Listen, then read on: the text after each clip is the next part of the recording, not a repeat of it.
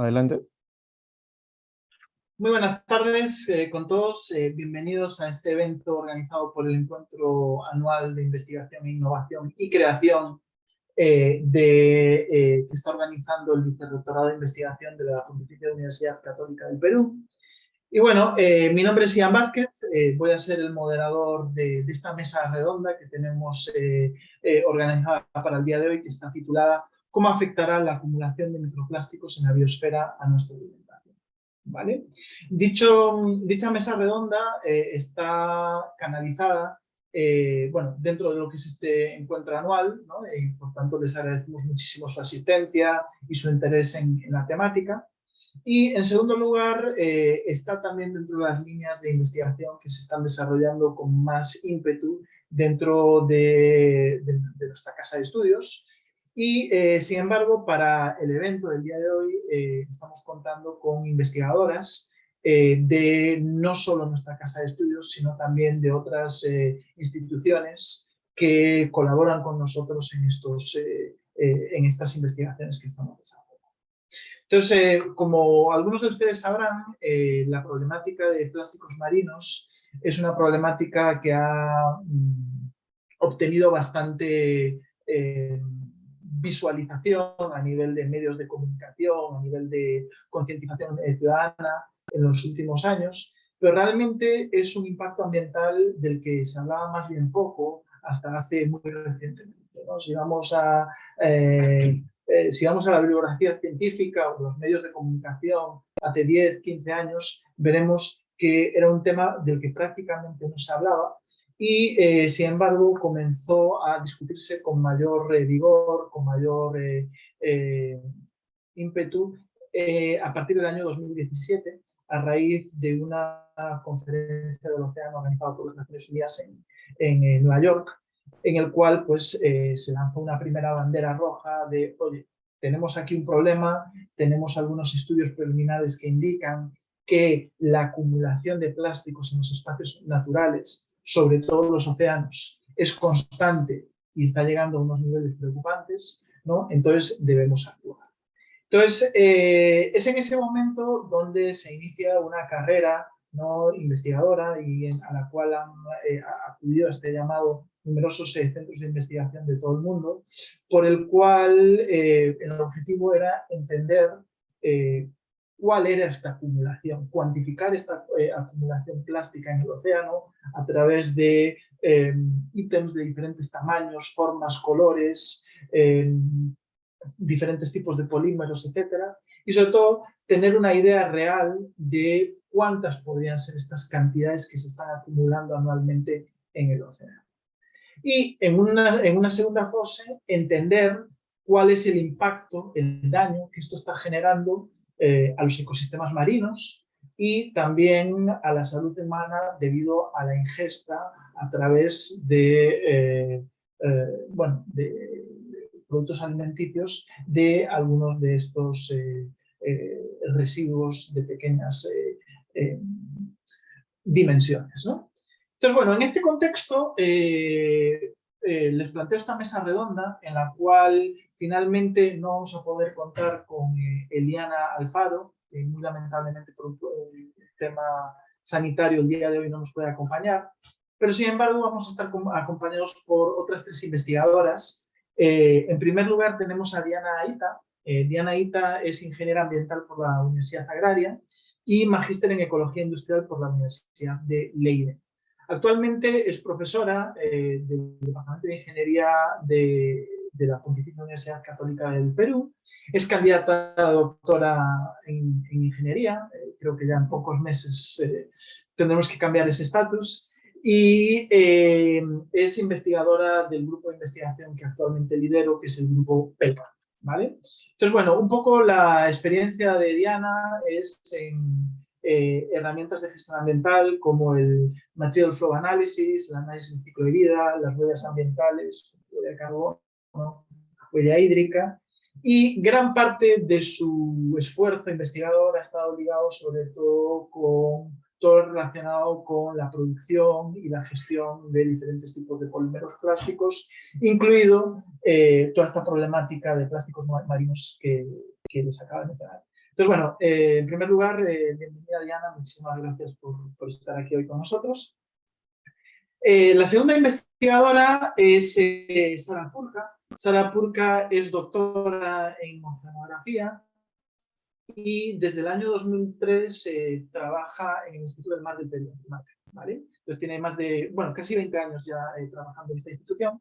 Y bueno, dentro de otras líneas de investigación que tiene, que ha venido desarrollando en estas últimas 2 décadas, uno de sus intereses actuales es en la contaminación del mar por plásticos en la costa peruana, y también en otros cuerpos de agua en diferentes zonas del Perú, inclusive pues, el lago Titicaca o la selva amazónica, ¿no? Bueno, mencionar que Sara Purka colabora con nosotros, con el grupo PELCAN de la PUC, en un proyecto que tenemos liderado por la Universidad de Exeter de Reino Unido. Pero bueno, pues llevamos ya un tiempo colaborando con ella. Y también mencionar que en el año 2017 Sara fue una de las primeras galardonadas por el premio L'Oréal Perú por las mujeres en la ciencia. Entonces, bueno, Sara, muchísimas gracias por estar también hoy con nosotros acá y bienvenida. Y por último, tenemos a Elena Corella. Elena Corella es doctora en Ingeniería Química y, bueno, perdón, es doctora en Ingeniería Química. Creo que también eres ingeniera química, pero bueno, eso nos lo puedes aclarar después. Y desde comienzos del año 2021 está trabajando como investigadora postdoc en el Politécnico de Montreal. Concretamente, y voy a leer porque no me sé el nombre completo, en el Centro Internacional de Referencia para el Ciclo de Vida de Productos, Procesos y Servicios, el CIREG, ¿vale?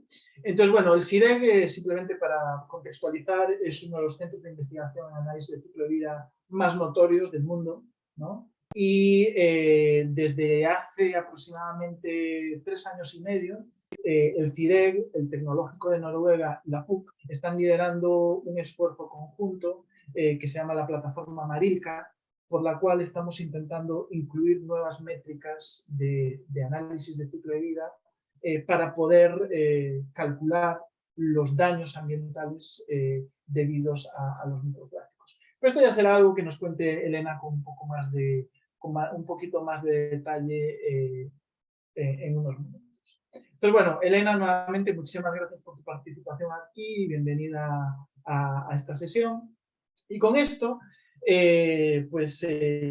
quisiera comenzar con una primera ronda de preguntas, ¿no? Entonces, vamos a tener 4 rondas de preguntas y la idea es que la cuarta va a ser una pregunta genérica para las 3 investigadoras, pero antes pues vamos a estar un poco profundizando en los conocimientos adquiridos que tienen y que nos puedan ir explicando un poco cuál es la problemática y sobre todo darnos respuesta a la pregunta de la mesa redonda de hoy, que vuelvo a repetir, ¿cómo afectará la acumulación de microplásticos en la biosfera a nuestra vida? ¿Vale? Entonces, bueno, empezamos contigo, Diana. Entonces, bueno, en todo este contexto es evidente pues, que los problemas plásticos pues, pertenecen a la tecnosfera, ¿no? Son materiales producidos por el hombre. Entonces, a mí me gustaría que nos pudieses comentar un poco de cuáles son las fuentes antrópicas de residuos sólidos que tienen el potencial de entrar al océano y que generan pues, esta acumulación que hemos comentado de plásticos marinos. Muchas gracias. Gracias, Ian. Quería primero agradecerle a la universidad, al Vicerrectorado de Investigación por organizar este espacio. Creo que es súper importante poder juntar colegas que estamos trabajando en el mismo tema y poder hablar un poco de esta problemática que todavía no se conoce tan a profundidad, ¿no? Para el resto de personas que quieran aprender un poco más sobre esta problemática. Dicho esto, sobre tu primera pregunta, bueno, primero empezar a decir que el plástico desde 1950 que se empezó a producir en masa se ha empezado a acumular, ¿no? Desde 1950 que se empezó la producción de materiales sintéticos, han empezado a acumular dentro de la Tierra, pero también han empezado a migrar hacia el océano y otras áreas donde también se acumulan, ¿no? El problema es que nosotros como una sociedad generamos a nivel mundial aproximadamente 2 billones de toneladas de residuos sólidos urbanos por año, y solamente el 60-65% de todos estos residuos son manejados de manera adecuada. Eso quiere decir que el 33%, si es que somos bastante conservadores, no se manejan de manera adecuada y son dispuestos de manera inadecuada en ciertos espacios abiertos, que puede ser un botadero, pero que también pueden ser las cuencas de los ríos, o puede ser directamente en el océano, ¿no? Y va mucho más allá de la recolección, porque existen muchos países donde la recolección puede llegar a un 95% en los más desarrollados. Sin embargo, en países en vías de desarrollo, pues todavía estamos bordando el 40% de recolección, pero va un poco más allá. Por ejemplo, en Perú nosotros tenemos un nivel de recolección de los residuos bastante elevado, pero tenemos una muy mala disposición final de ellos, ¿no? En el ambiente, normalmente el 40% de nuestros residuos sólidos terminan dispuestos en el ambiente de manera inadecuada. ¿Y cómo es que esto se conecta entonces con el océano, ¿no? El mal manejo de los residuos sólidos en tierra es una de las principales fuentes de basura que va a llegar al océano, ¿no? No lo manejas bien, lo colocas en la naturaleza y luego se va a empezar a movilizar hacia el océano. ¿Cómo se mueve? Se puede mover por el aire si es que está dispuesto cerca a la costa y no hay otro tipo de barreras, pero también por las masas de agua, ¿no? Por los ríos que transcurren y finalmente llegan al océano. Entonces, se ha estimado que más o menos el 80% de todos los residuos que se encuentran en el mar provienen de tierra, es decir, provienen del mal manejo de residuos que se dan tierra adentro, ¿no? Que lo producimos nosotros como población costera, ¿no? Entonces, si ustedes se fijan un poco en el caso de Perú, Perú tiene gran parte de su población ubicada en la costa, y esta gran parte de la población ubicada en la costa tiene un mal manejo de sus residuos sólidos, no solamente. Hablando en el caso del Perú, como les dije, el 40% de los residuos terminan en botaderos y no tenemos la cantidad de rellenos sanitarios necesarios. O sea, no es culpa del ciudadano común que genera sus residuos sólidos, sino es culpa de la falta de infraestructura, ¿no? Tenemos una ausencia creo que deberíamos tener alrededor de 350 rellenos sanitarios y solamente contamos con 65, y de ellos los más grandes están ubicados en la ciudad de Lima, ¿no? Igual, aún así, estando ubicados en la ciudad de Lima, claramente se pueden ver los puntos de contaminación en ríos que van a terminar en el océano, ¿no? Como por ejemplo el río Rímac. Entonces, una de las fuentes principales de residuos, o perdón, una de las fuentes antropogénicas principales de residuos que van a terminar en el océano es el mal manejo de los residuos sólidos que se producen tierra adentro. Pero no solamente eso, también las actividades como son la pesca o las actividades marino-costeras, la pesca industrial, la pesca artesanal, también generan una gran cantidad de residuos plásticos que terminan en el mar. Por ejemplo, las redes que se pierden durante las actividades pesqueras, o los residuos sólidos que los mismos pescadores muchas veces disponen en el océano de manera incorrecta durante sus faenas, o también pérdidas por accidentes que pueden darse mar adentro, o simplemente pérdidas en el transporte de materiales, ¿no? Que también se pueden dar. En menor manera, aunque no lo crean, está la parte del littering, de la parte turística de las personas que van a la playa, que sí es importante. Sin embargo, no representa la cantidad tan grande como la que proviene del mal manejo de los residuos sólidos, ¿no? Y también, por otro lado, las aguas residuales domésticas maltratadas son otra fuente de plásticos. Para darles un caso, en el caso de Lima, nosotros tenemos una gran planta de tratamiento de aguas residuales domésticas. Sin embargo, lo único que se hace es un filtrado de partículas de hasta 1 milímetro de tamaño. Entonces, todos aquellos microplásticos que se generan durante nuestro día a día, por ejemplo, del lavado o de los productos de limpieza que contienen microplásticos, todos estos microplásticos no reciben ningún tipo de tratamiento ni retención y también terminan entrando al océano, ¿no? Entonces, para resumir, las principales fuentes antropogénicas están en mayor cantidad los residuos mal manejados tierra adentro, las actividades marino-costeras, incluida la pesca artesanal y la pesca industrial, pero otras actividades también como recreacionales o de transporte, el littering o el tirar basura de manera intencional, el turismo y las aguas residuales domésticas maltratadas. Gracias. Muchísimas gracias, Diana. Sí, muy claro tu exposición. Y bueno, nos queda claro pues, que hay un problema de gestión, ¿no? de los residuos sólidos urbanos que de alguna manera acrecenta el problema, ¿no? Ahora, cuando hablamos de plásticos marinos hay que diferenciar entre dos fracciones, ¿no? Por un lado tenemos la fracción de macroplásticos, ¿no? Que suelen ser visibles al ojo humano, y después tenemos toda esa procesión que va por dentro, ¿no? Que son los microplásticos, que en muy pocos casos se pueden ver al ojo humano, ¿no? Y pues pero sin embargo sí están ahí, ¿no?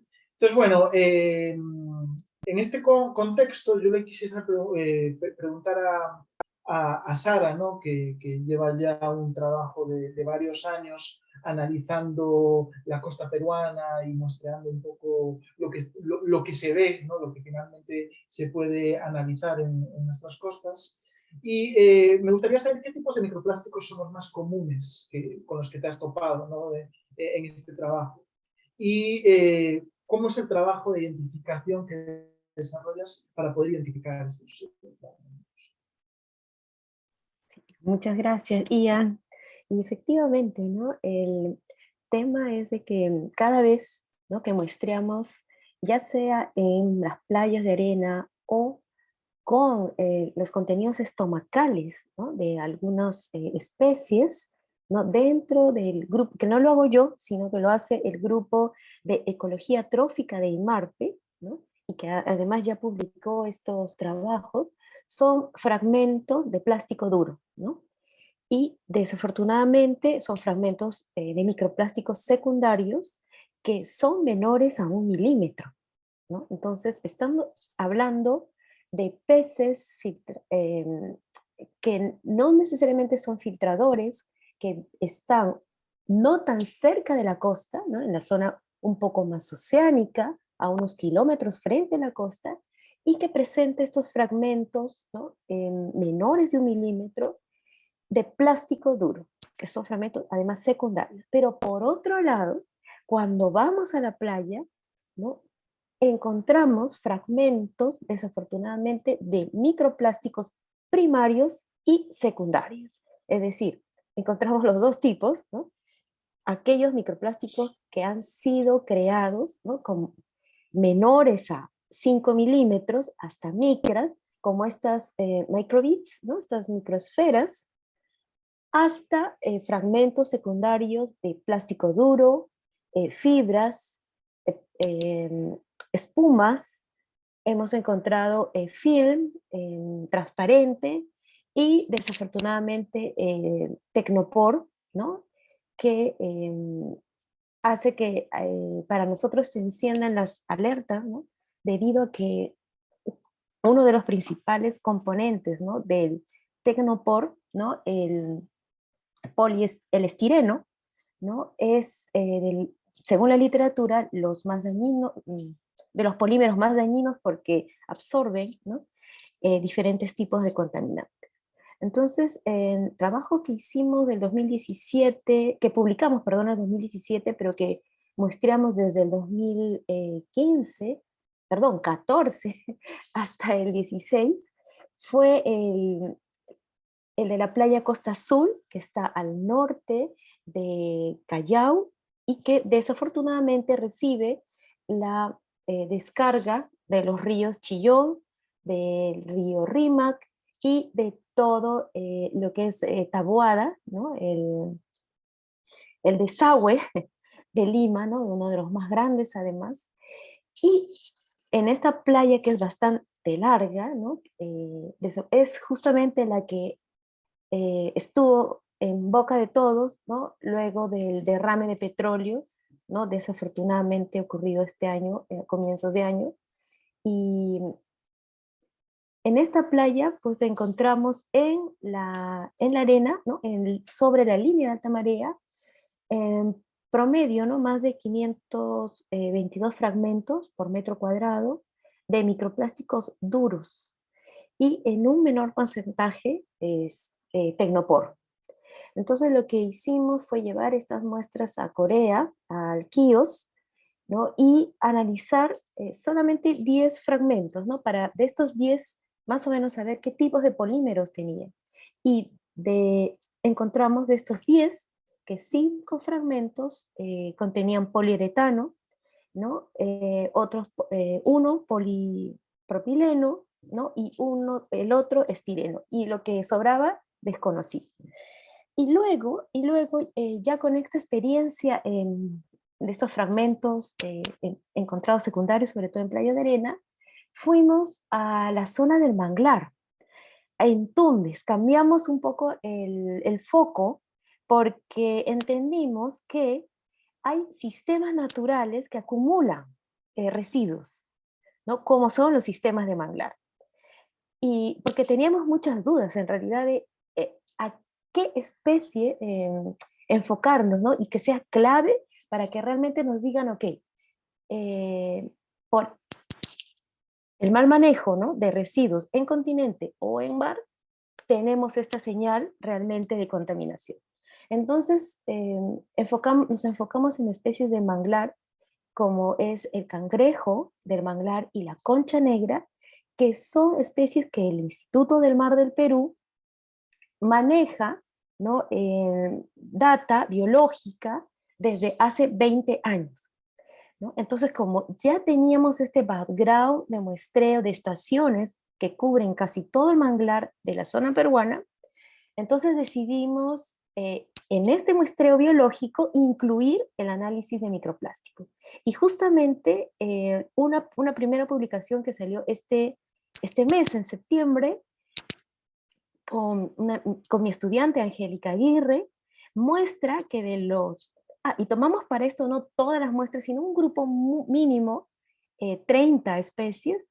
De estas 30 especies, desafortunadamente, el 100% de estos cangrejos analizados presentaron 921 ítems, ¿no?, de plástico, y el 52% estaban atrapados en sus agallas, ¿no?, y el 48% en el tracto digestivo. Y más del 50% de todo este plástico que encontramos fue fibra, que coincide justamente, ¿no?, con la literatura, ¿no?, a nivel mundial, donde dice, ok, lo que más se encuentra son fibras, ¿no?, en las especies marinas, ¿no? Entonces eso no nos llamaba la atención, así que un poco, ¿no?, para redondear la idea, lo que más encontramos en el ambiente, por lo que hemos encontrado hasta el momento, los sitios de muestreo, los pocos sitios en realidad de muestreo que hemos trabajado, han sido fragmentos de plástico duro, ¿no?, estos plásticos secundarios en muchos colores, ¿no?, que es evidente que vienen de los usos, ¿no?, de utensilios ¿no?, domésticos y usos en continente. Y las fibras, ¿no?, desafortunadamente fibras en los tractos digestivos, en las agallas, ¿no?, de estas especies, ¿no?, marinas, como es en el manglar, en estas zonas, ¿no?, que son naturalmente sumideros, ¿no?, de contaminantes. Gracias. Muchísimas gracias, Sara. Muy ilustrativo tu intervención. Y bueno, yo quisiese rescatar, bueno, me acabas de fastidiar la tercera pregunta para ti. Voy a tener que pensar en otra. Pero está muy bien que te anticites. Quisiese rescatar lo que comentabas de la playa Costa Azul, ¿no?, en el distrito de Ventanilla, en el Callao, que fue una de las playas más afectadas por el derrame de petróleo, ¿no? Y a mí lo que me llamó mucho la atención, ¿no?, cuando empezamos a viajar a esa zona en enero del año pasado, perdón, en enero de este año, ¿no?, para ver la magnitud del desastre y todo eso, era que realmente tenías unas playas donde también había muchísimo macroplástico, y había esa contradicción, ¿no?, de que estábamos poniendo un esfuerzo tremendo en limpiar la playa del chapapote, ¿no?, del crudo de petróleo, pero todo el mundo que estaba ahí ignoraba completamente el otro crudo de petróleo que había, que era el procesado, ¿no?, era el plástico, los polímeros plásticos, y como que eso parecía que pasaba completamente inadvertido, ¿no? Inclusive, justo Entonces, hay estudios sobre eso, te cuento, Ian, donde a niños que viven en los centros urbanos le piden ir a la playa e identificar, y está publicado de Diamela, una chilena que trabaja en eso, y los niños que viven en zonas urbanas dicen, no hay basura, la playa está normal, no lo identifica. pero No si les identifican. hacen la misma encuesta a niños que viven en zonas más rurales, en playas, que están fuera de las ciudades, lo que ellos hacen es identificar primero la basura plástica, justamente. Y eso, lo que tú dices, es exactamente lo que nos pasa, yo creo que a todos los limeños y la gente del Callao, que está tan acostumbrada a ver ese panorama que ya no la toma en cuenta. Sí, es tan normal para nosotros ver tanta basura que, ok, ¿no? Es como lo normal. Listo, súper interesante, Sara. Bueno, un poco ligado a esto va la primera pregunta para Elena, porque claro, una de las cosas importantes también es, no solo está bien identificar un potencial problema, pero tenemos que ser capaces de calcular el daño que va a generar, ¿no? Si no hay un daño, pues las autoridades nos van a decir, bueno, pero entonces esto no es tan importante, ¿no? Entonces, a mí me gustaría que Elena nos explicase muy brevemente en qué tipo de métricas está especializada y si son útiles o no para medir el impacto de los plásticos marinos. Buenas tardes y muchas gracias por invitarme. Es muy interesante para mí aprender sobre Perú. Yo trabajo en Canadá, así que es muy interesante aprender todo esto. Y yo estoy especializada en las métricas de análisis de ciclos de vida, que muy brevemente voy a explicar lo que es para los que no lo sepan. En el análisis de ciclo de vida se ve todas las etapas desde que, por ejemplo, una bolsa de plástico se extraen los materiales, luego se produce, se transporta, se utiliza y luego en algún momento acaba en la basura y tal vez de ahí el medio ambiente. Y en cada etapa, cuáles son los recursos que se utilizan y cuáles son las emisiones que se producen. Y hasta hace poco tiempo, en el análisis de ciclos de vida, no se tenía en cuenta estos impactos del plástico en el medio ambiente. Se tenía en cuenta otros impactos como, por ejemplo, el cambio climático, desde que lo produces, el transporte, las emisiones de CO2, otros gases de efecto invernadero, el uso del agua, pero estos impactos del plástico no estaban incluidos. Entonces yo participo en la investigación para incluir estos impactos de los plásticos en el medio ambiente. Y lo que consiste en, para llegar a cuantificar estos impactos, hace falta primero ver el destino de los plásticos, cuál es la probabilidad de que acaben en qué parte del medio ambiente y dentro de ahí, cuál es, por ejemplo, en el mar, cuánto tiempo van a estar en el mar, si se degradan rápido o no, pueden tardar miles de años en degradarse, si sedimentan y se acumulan en el fondo del mar, donde los peces tal vez no los coman, pero otras especies sí. También va a haber plásticos de baja densidad que están flotando en el mar mucho tiempo, mientras que hay otros más pesados que se hunden rápidamente. Entonces hay que ver el destino del plástico y luego combinarlo con los efectos. Entonces hay estudios de laboratorio que ven los efectos de alimentar, poner una cierta concentración de microplásticos en el agua y ver cómo diferentes especies, plantas, algas, peces reaccionan, si les afecta el crecimiento o incluso son letales. Entonces se combina tratando de representar varias especies marinas y se combina eso con el destino de los plásticos para cuantificar los impactos y poderlo comparar con otros impactos causados por otras emisiones. Perfecto, muchísimas gracias, Elena.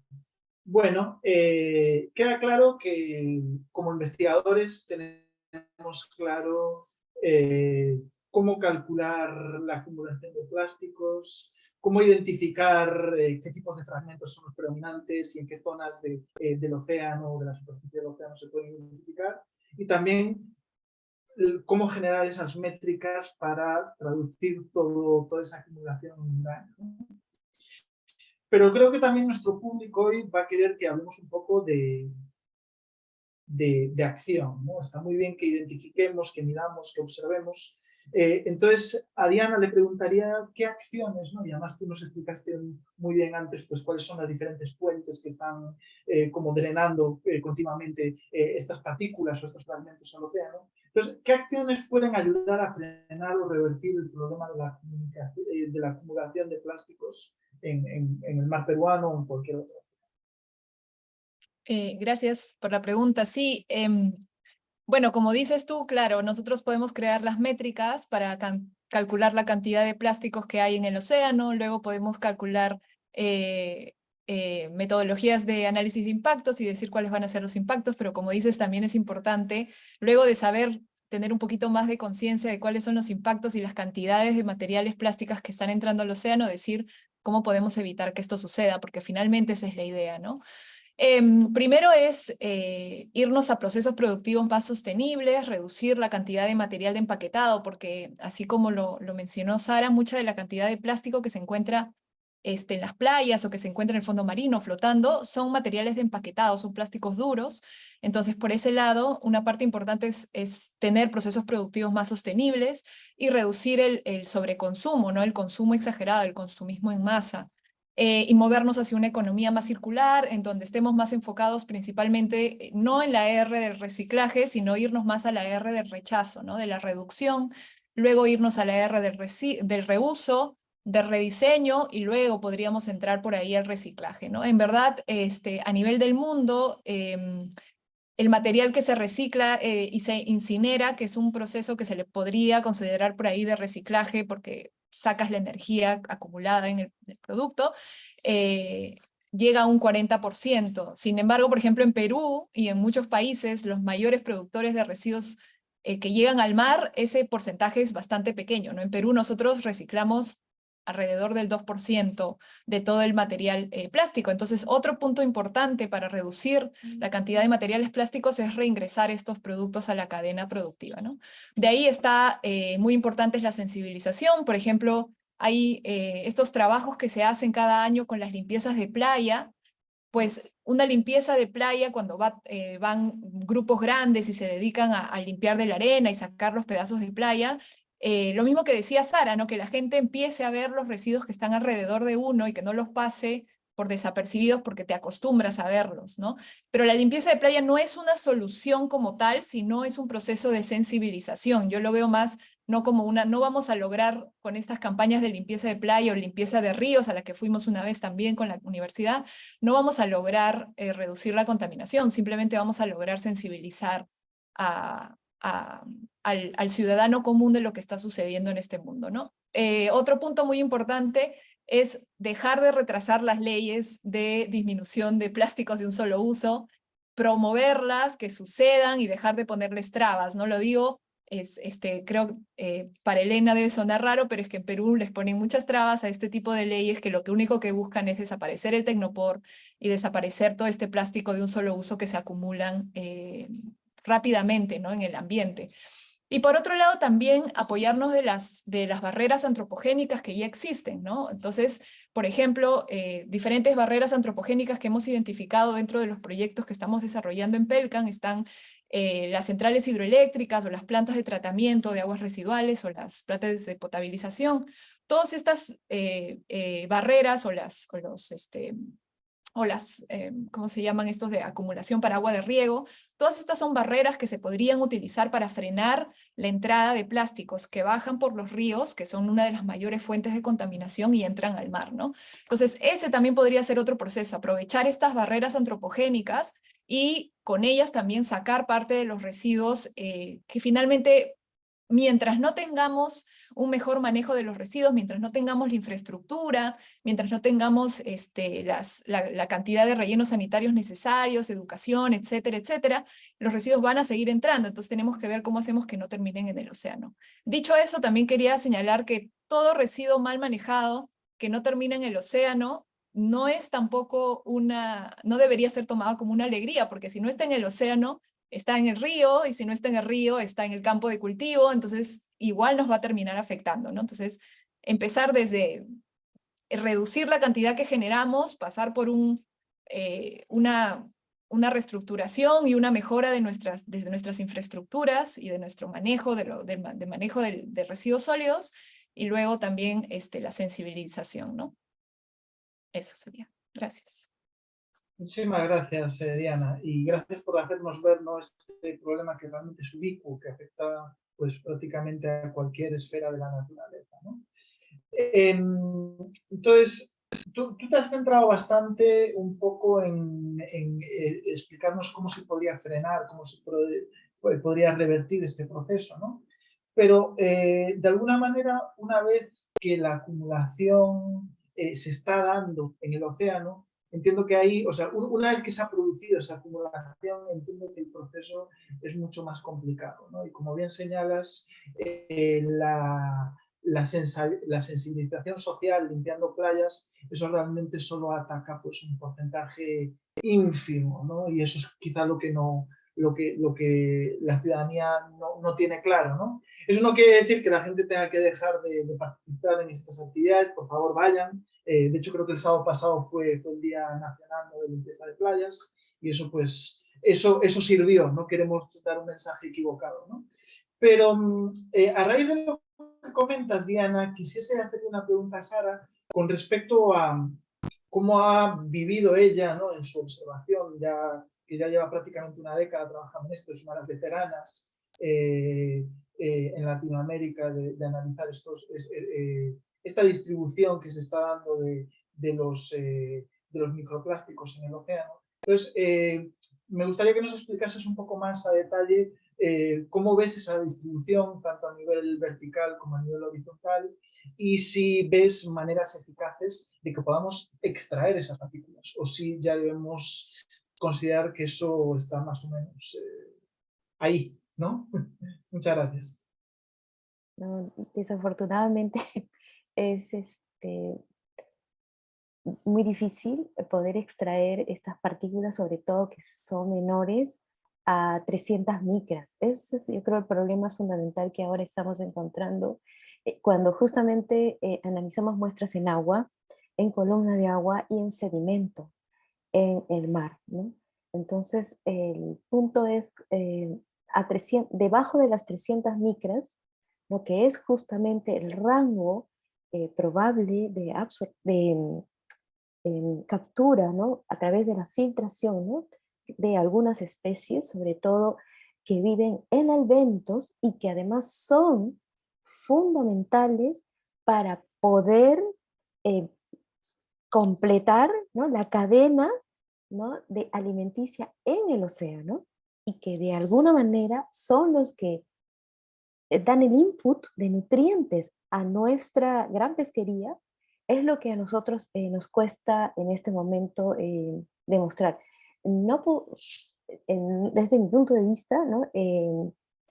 No sé hasta cuánto va a soportar el sistema, ¿no? En acumular estas especies que han vivido con nosotros millones de años en el fondo, ¿no? Tienen esta capacidad de retener de alguna manera, ¿no? De atrapar de alguna manera estas partículas menores a 300 micras, ¿no?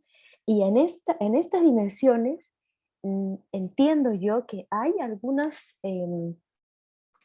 propuestas, ¿no?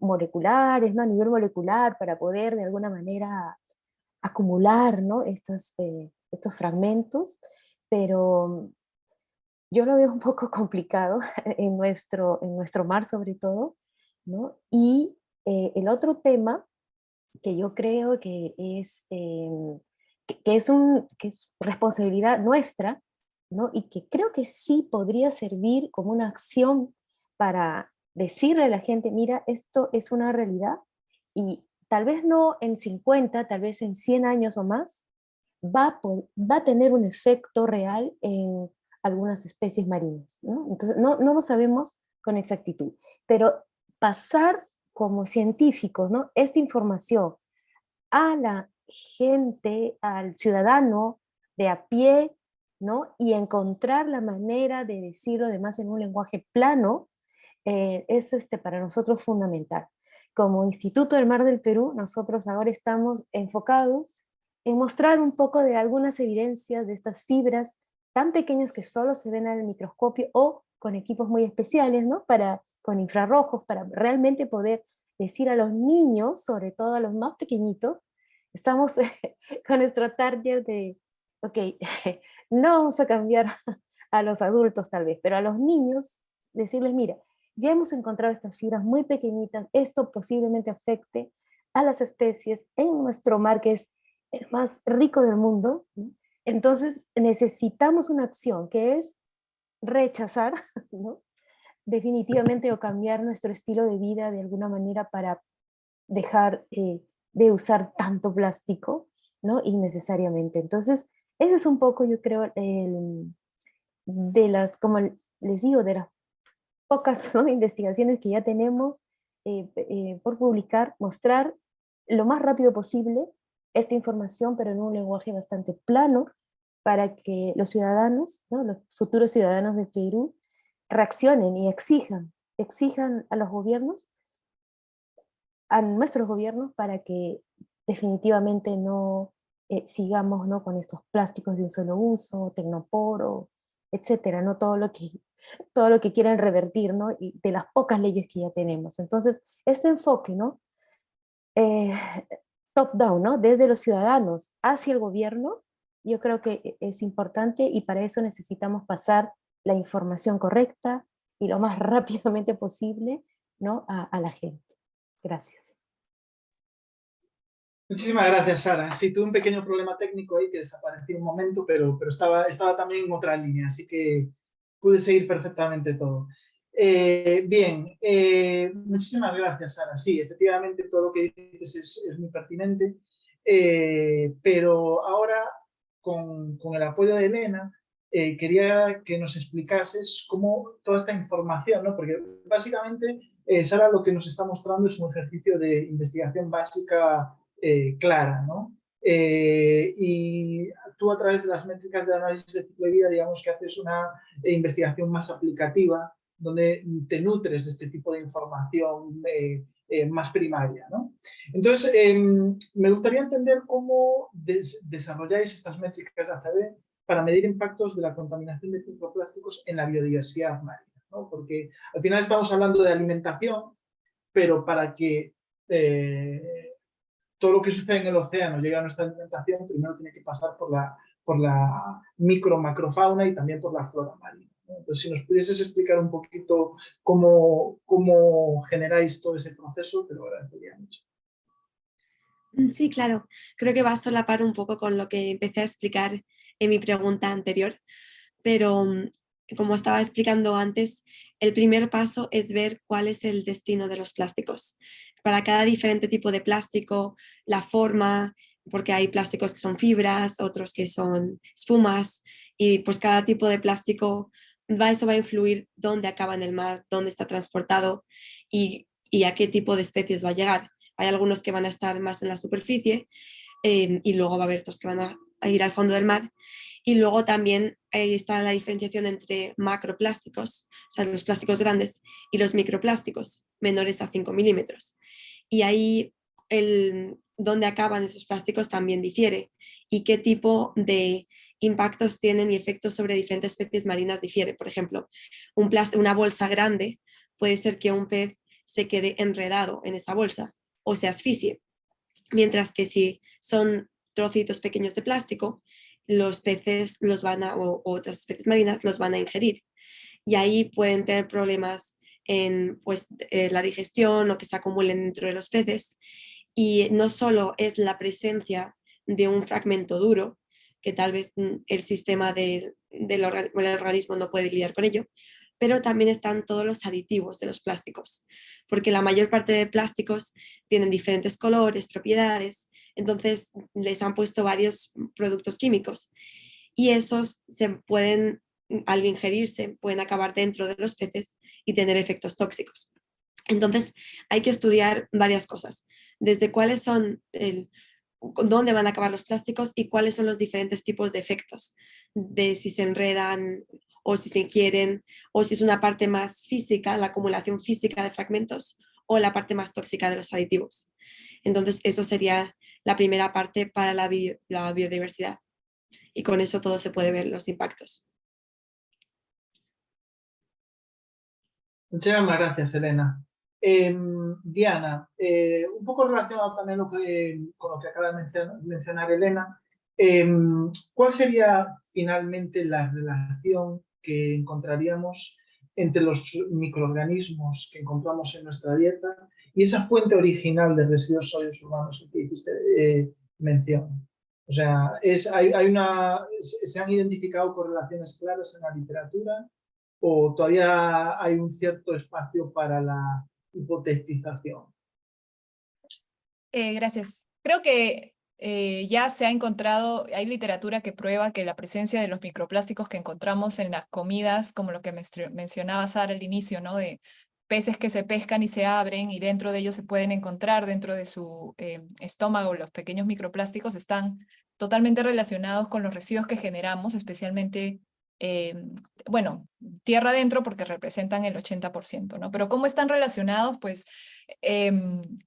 como mencionó Elena, cuando llegan los residuos al mar, pueden pasar varias cosas, ¿no? Los animales pueden sufrir por los macroplásticos, o sea, por los plásticos grandes, se pueden atorar, se los comen, ¿no? Y la ingestión y todo eso, pero en el caso para que lleguen a nosotros, para que lleguen a nuestra dieta, tienen que estar en la versión de los microplásticos. Entonces, ¿cómo se relaciona lo que generamos con eso? Es que nosotros podemos generar desde tierra y también desde las embarcaciones podemos generar dos tipos de microplásticos, los microplásticos primarios y los secundarios.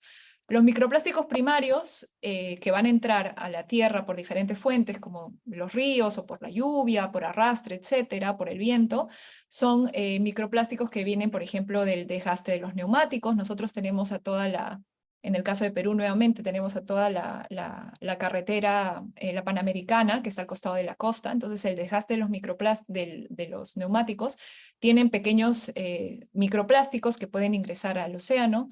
Las pinturas de señalización vial también pueden ingresar al océano, el lavado de telas que sean sintéticas, como les mencioné, no tenemos plantas de tratamiento adecuadas, en verdad es muy complicado retirar los microplásticos del agua que se genera durante el lavado.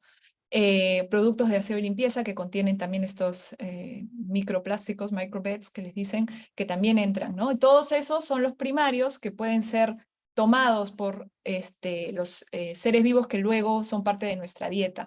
Y luego los secundarios, igual, nosotros generamos plásticos grandes que entran al océano, pero estos plásticos, al estar en contacto con, por ejemplo, la luz o la acidez del medio o el calor, o ciertos microbios, también van a empezar a partirse, ¿no? Especialmente, como mencionaba Elena, hay ciertos productos que ya contienen un adyuvante que va a hacer que inclusive se parta más rápidamente, ¿no? Los mal llamados plásticos biodegradables, que no lo son, los D2W, ¿no?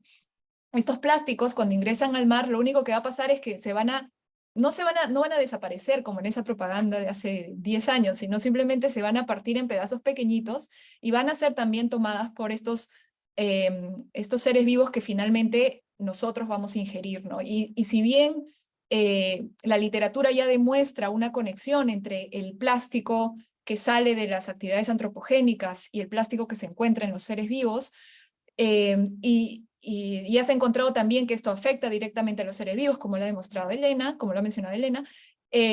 Lastimosamente todavía no se ha demostrado el efecto, lo digo lastimosamente porque va a haber un efecto, no se puede negar que hayan encontrado microplásticos en las heces, en los pulmones, en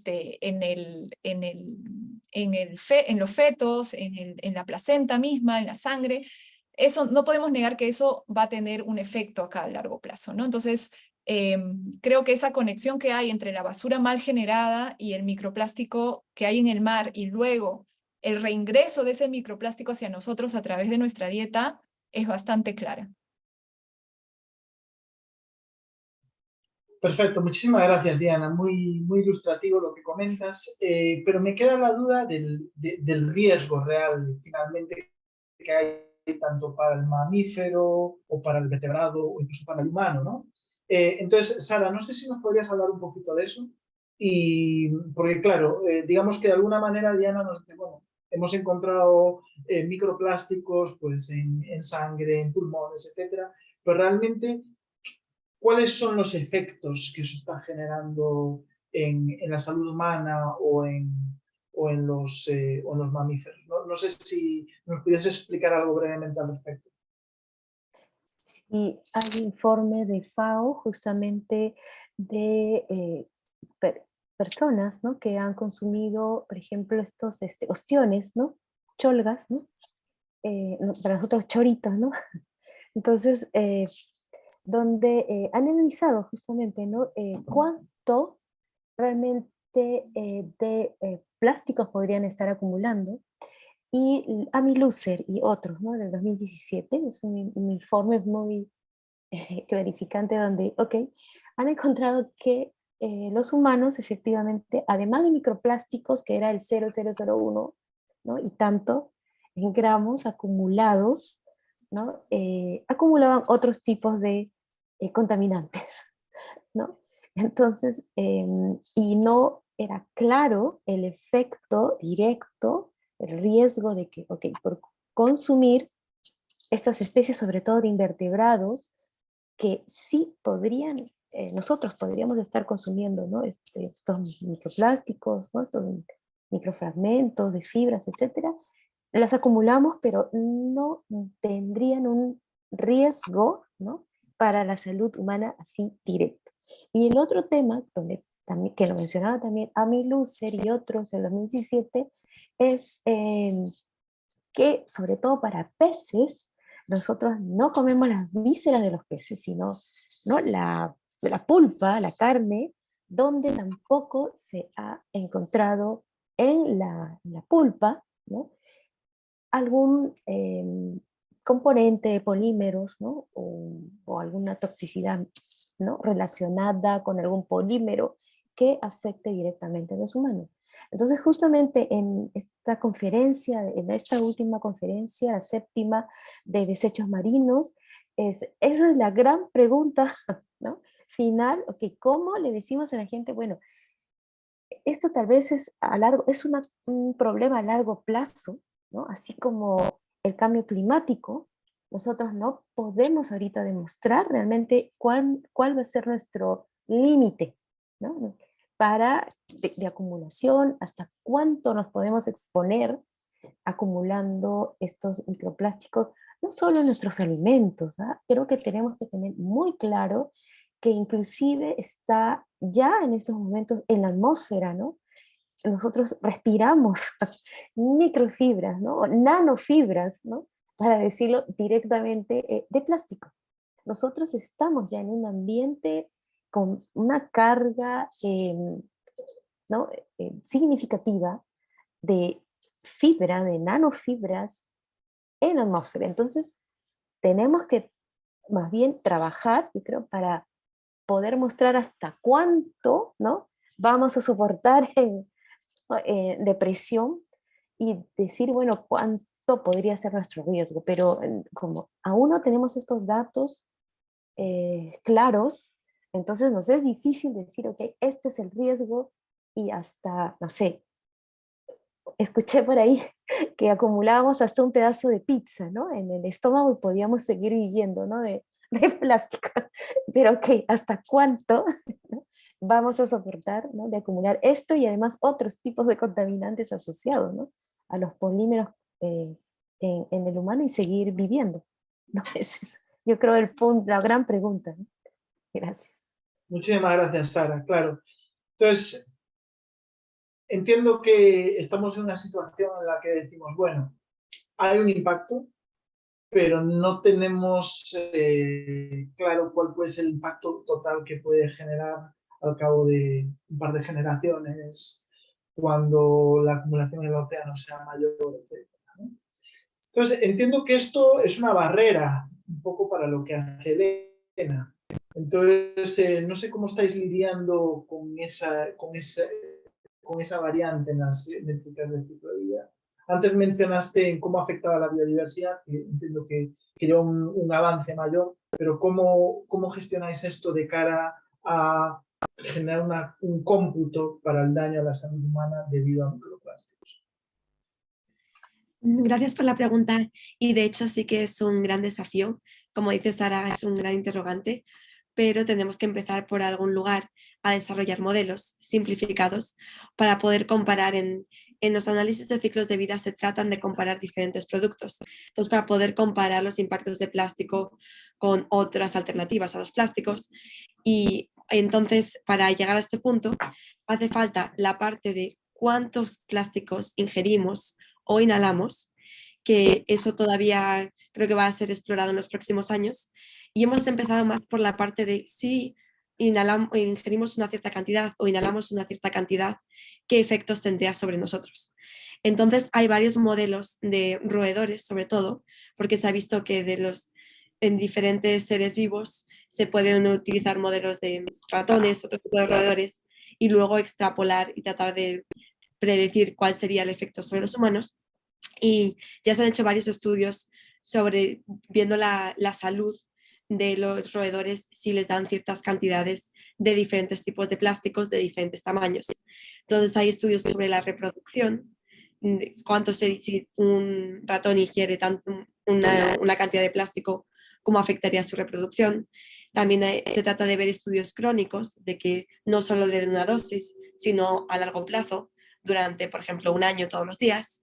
Y luego también efectos sobre diferentes órganos, la inflamación, es el estrés que puede generar sobre ratones, la mortalidad. Y con eso se trata de hacer modelos extrapolando a predecir qué pasaría en el ser humano. Claro que no va a ser exactamente como la realidad, pero por algún punto hay que empezar y eso es lo que nos permite comparar. Y los primeros resultados que hemos obtenido recientemente es que los plásticos, comparado a otros productos químicos, parece que en proporción tienen más efectos sobre el ser humano si tú administras a un ratón una misma cantidad de unos microplásticos comparado con muchísimos otros productos químicos varios, parece ser que tienen efectos peores. Pero bueno, esos son los resultados preliminares. Hay que continuar la investigación. Perfecto, muchísimas gracias, Elena. Entonces, bueno, efectivamente hay bastantes incógnitas abiertas, ¿no? en cómo todo este proceso nos está afectando como seres humanos, en nuestras dietas, en nuestra alimentación, etcétera. Y bueno, yo escuchándoos, hasta me pregunto si realmente algunos de los patrones de comida saludable que nos recomiendan a día de hoy, quizá dentro de unos años haya que revertirlos porque identifiquemos que algunos de esos alimentos saludables realmente estamos viendo pues, que están más infestados de estas partículas que otros productos alternativos, ¿no? Entonces entiendo que eso podría ser algo, algo a tener en cuenta en un futuro quizá no tan lejano, ¿no? Bueno, pues muchísimas gracias por responder a todas las preguntas y por haber generado este debate y habernos dado tantísima información al respecto. Pero quisiera hacer una pregunta común a las tres ahora, ¿no? Y esto se liga un poco con este último epígrafe, ¿no? de la temática de hoy, que es lo que quizá genera más alarma en la población, ¿no? Que es lo que consume, de lo que se alimenta, ¿no? Entonces, la pregunta sería la siguiente: ¿qué recomendaciones tendríais a nivel de dietas, ¿no? Para los participantes con la información que manejamos a día de hoy? Entonces, ¿cuáles serían vuestras recomendaciones pensando en toda la dieta, no necesariamente solo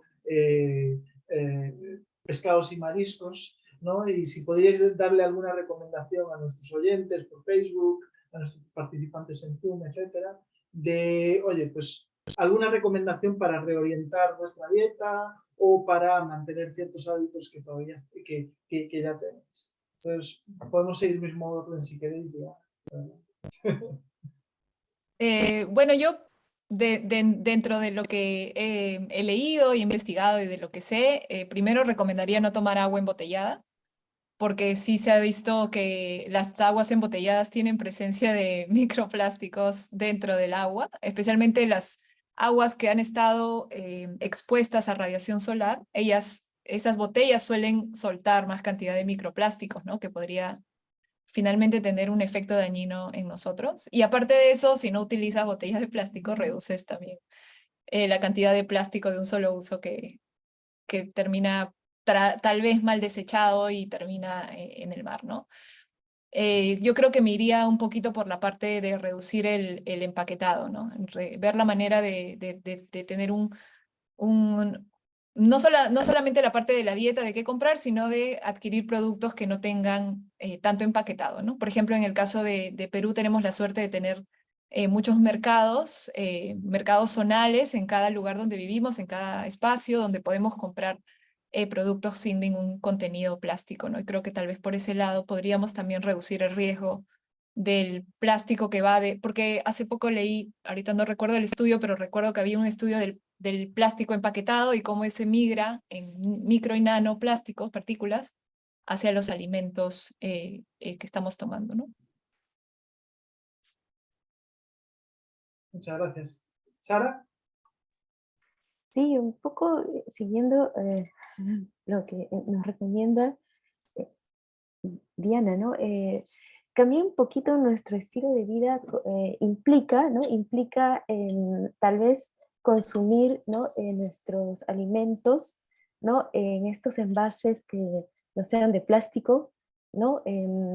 No cuesta nada ahora andar con nuestros tazas o nuestros termos, ¿no? Para poder consumir nuestros alimentos. Y es un poquito, además, como dejar de consumir azúcar, ¿no?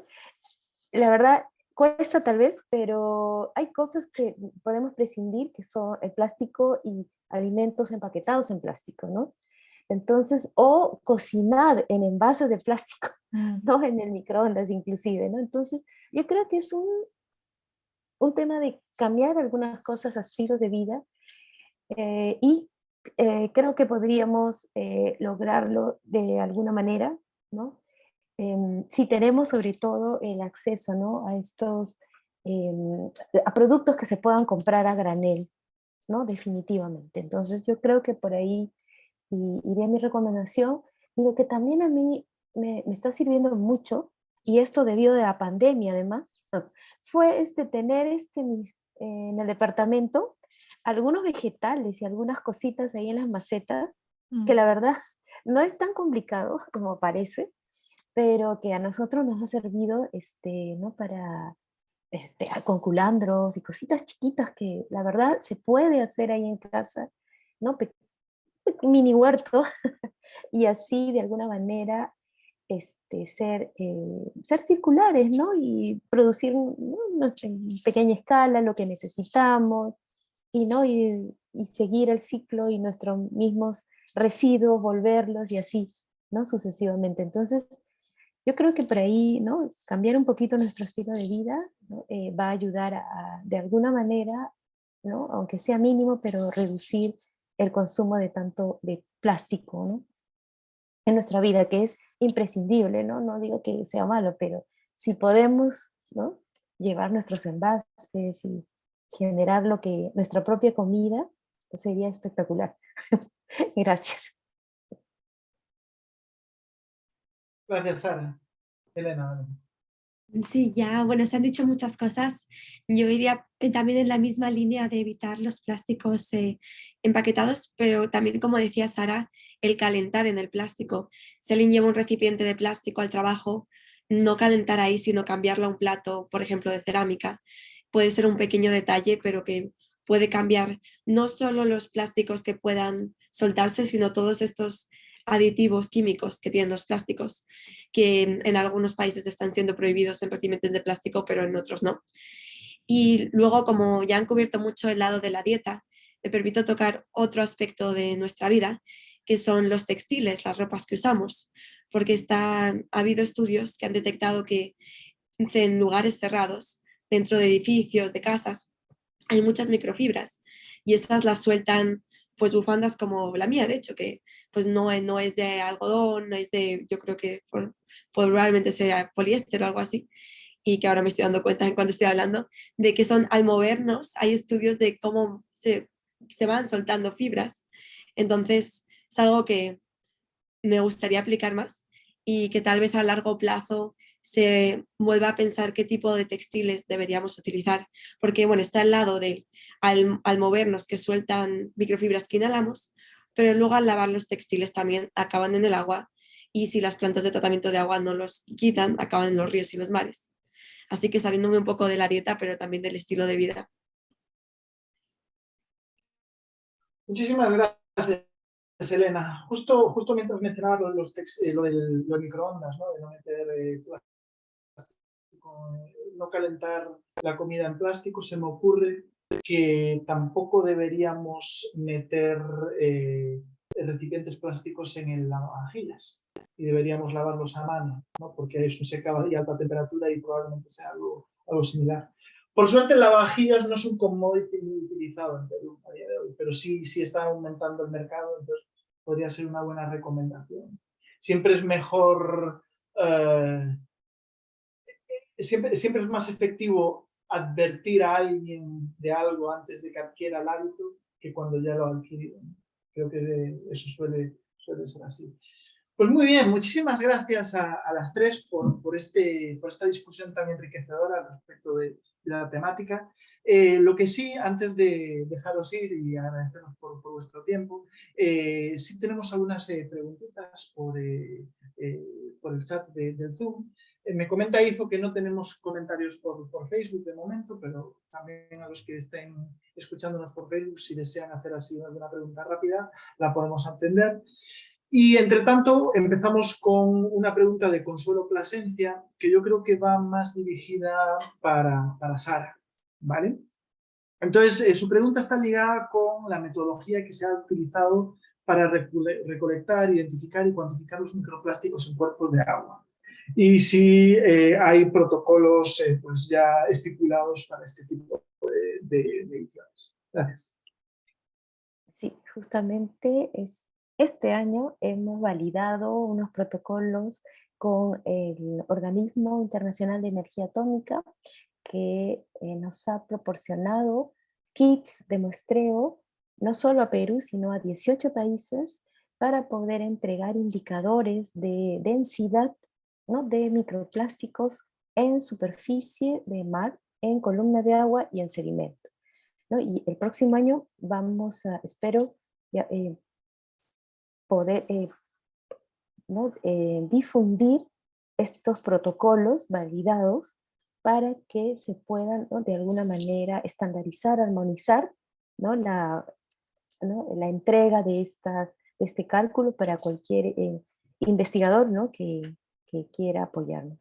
Yo creo que lo importante es, además de que tenemos el kit, ¿no?, de muestreo estandarizado, y como les digo, ya lo tienen algunos países de Latinoamérica y el Caribe, y estamos formando la red, ¿no?, de estresores marinos de Latinoamérica y el Caribe, llamada Remarco, ¿no?, que justamente es la que ando promocionando en Corea, ¿no?, que en esta conferencia internacional, ¿no?, porque este tema de estandarizar protocolos, de armonizar protocolos y poder mostrar, ¿no?, una información estandarizada, comparable, es necesario.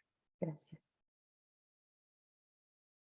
Muchísimas gracias, Sara. Hay una pregunta que creo que también es más direccionada para Elena, que es al respecto del efecto que tienen los plásticos de acuerdo a su tamaño.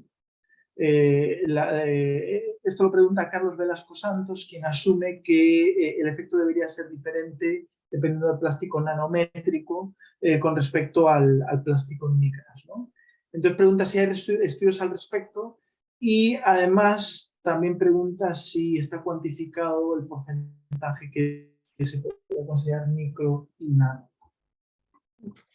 Pues justamente esta semana ha salido un nuevo estudio al respecto, así que justo lo acabo de leer, y comparaban los efectos de diferentes tamaños de microplásticos y bueno, hasta nanoplásticos.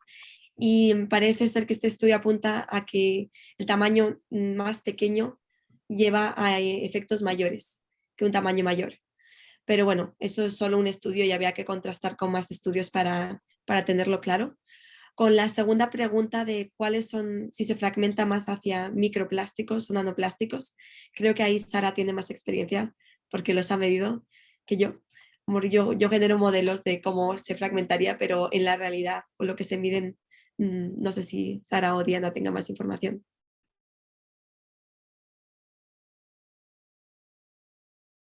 Sí, efectivamente, depende mucho también de los procesos físicos y químicos a los que estén expuestos, ¿no?, estos plásticos, ¿no? Eh, y de hecho, ¿no?, en Perú, ¿no?, en las playas, lo que nosotros encontramos son justamente fragmentos muy fragmentados, muy astillados, ¿no?, con caras muy astilladas, que podría ser, ¿no?, producto de una fotólisis, ¿no?, por este exceso, ¿no?, en algunas zonas de luz, no necesariamente por la acción abrasiva de las olas, ¿no? Porque cuando vemos, ¿no?, en otros lugares, ¿no?, algunos fragmentos desgastados, muy redondeados, es porque, ¿no?, tal vez has estado más tiempo, ¿no?, en estas zonas, pero básicamente va a depender del proceso, ¿no?, al que esté físico o químico o biológico que esté sometido el fragmento. Y para complementar, yo quería decir que hay muchos estudios, solamente miden microplásticos, porque también medir nanoplásticos necesitas otro tipo de tecnología y es otro costo también. Entonces, muchas veces de los estudios que hemos revisado nosotros de Latinoamérica, para un paper que publicamos hace poco, los rangos de valores no iban hasta nanoplásticos por un tema de capacidad de análisis. Entonces es bastante complicado decir cuál es el porcentaje porque no hay una cantidad de estudios equitativo para ambos, como para decir, ok, se podría hablar de una cantidad así en porcentaje de cuánto vendría a ser nano y cuánto vendría a ser micro, ¿no? Y además que los valores de tamaños entre nano, micro y meso y macroplásticos también son, ¿cómo se puede decir? Nadie los ha dicho, son como... ¿cómo se dice cuando la comunidad científica No simplemente está dice, bueno, consensuado. claro, no está consensuado y hemos dicho, bueno, menor a 5 milímetros son microplásticos. Entonces, eso también puede dificultar la cantidad de medidas de micro y nanoplásticos todavía, ¿no? Muchas gracias a las tres por la respuesta. Tengo entendido también que algunos tipos de polímeros no pueden fragmentarse tanto para llegar al concepto de nanoplástico, pero no he leído mucho al respecto. No sé si sabéis algo más en detalle al respecto. Pero bueno, para cerrar tenemos otra pregunta de Carlos Velasco. Creo que podría responder Diana al respecto. Preguntas, entiendo que él menciona materiales, pero entiendo que se refiere a materiales o tecnologías que se usan para remover los microplásticos actualmente. No sé si tienes algo de información al respecto que puedas mencionar. Yo sé que hay ya algunos filtros especiales para sacar los microplásticos del agua. Sin embargo, son filtros muy especializados y dentro del mar hay bastantes ejercicios que se están haciendo ahora de tecnologías que podrían remover los microplásticos del agua, ¿no? El problema es que si uno piensa en, por ejemplo, no es tan sencillo como simplemente pasar el agua de mar a través de de un colador, de un tamiz, porque no solamente sacas los microplásticos, sino sacas todo el otro componente marino que es muy importante, ¿no? Entonces la manera de extraer microplásticos, como ya lo había mencionado Sara, es bastante complicado de hacerlo del mar. Sin embargo, sí existen algunos filtros que no va tanto de sacarlos del cuerpo de agua, pero por ejemplo existen filtros que se pueden colocar a las lavadoras para evitar una de las fuentes bastante altas de microplásticos que vienen del lavado de textiles que no son naturales, ¿no? Perfecto, muchísimas gracias, Diana. Y entiendo que las plantas de tratamiento de aguas residuales también van a tener un rol importante en eso, ¿no? No sé si alguna de vosotras tiene conocimiento de equipos nuevos que se han desarrollado para plantas de tratamiento donde ya haya tecnología específica para remover microplástico, o si esto es algo que todavía está a escala de laboratorio. Lo segundo sí sé que se está investigando, pero no sé si tenéis alguna idea de alguna patente que ya haya salido. Bueno, no sé si una tecnología específica que sabría describir, pero leí un artículo con los microplásticos en Suiza y cómo los quitan en las plantas de tratamiento de agua, y decían que tenían capacidad de quitar hasta el 97% de los microplásticos en Suiza. Lamentablemente no sé decir exactamente con qué tecnología, pero decían que la tecnología más reciente les permitía quitar esa gran cantidad de microplásticos. Así que supongo que hay tecnologías que ya están siendo implementadas. Muy bien, pues muchísimas gracias, Elena, por esa respuesta. Y bueno, Sara ha vuelto, que creo que tuvo un pequeño inconveniente ahí con su internet. A mí me gustaría agradeceros a las tres por vuestro tiempo. Quizá un poquitín más a Sara, porque sabemos que estás en Busan, sabemos que estás de conferencia, sabemos también que estás absorbiendo muchísimo conocimiento nuevo, pero también sabemos que has hecho un esfuerzo importante para despertarte esta mañana y poder participar en el horario peruano que estaba acordado. Y bueno, a Diana y a Elena también agradecemos mucho. Y bueno, antes de que se vayan los participantes, a los cuales también les agradecemos muchísimo su asistencia y su participación con preguntas, mencionarles que además de que este evento está coordinado y agendado dentro del encuentro anual de investigación, innovación y creación, también lo estamos utilizando como una antesala de presentación para la conferencia de análisis de ciclo de vida de productos agroalimentarios que estamos organizando en la PUC de manera híbrida, presencial y virtual en los días 11, 12, 13 y 14 de octubre de este año, en conferencia en la cual pues, van a estar participando algunas de las investigadoras que están hoy aquí. Entonces, bueno, extendemos la invitación a ustedes también, si les interesa participar en esta conferencia, nos pueden escribir a la Red Peruana de Ciclo de Vida y Ecología Industrial y estaremos muy felices de darles la información respectiva, puesto que también habrá espacio para hablar de microplásticos en alimentos y este tipo de temáticas que se han conversado el día de hoy. Y efectivamente, Consuelo, mandaremos un correo con esta información entre hoy y mañana.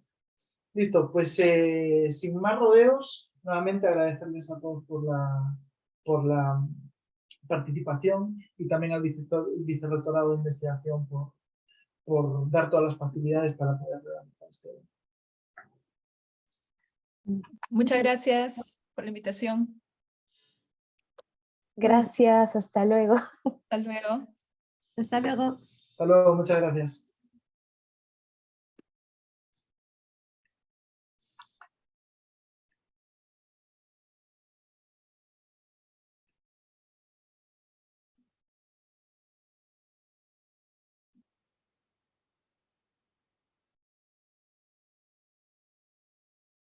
Chao, Sara. Cuídate, muchísimas gracias. Disfruta la conferencia.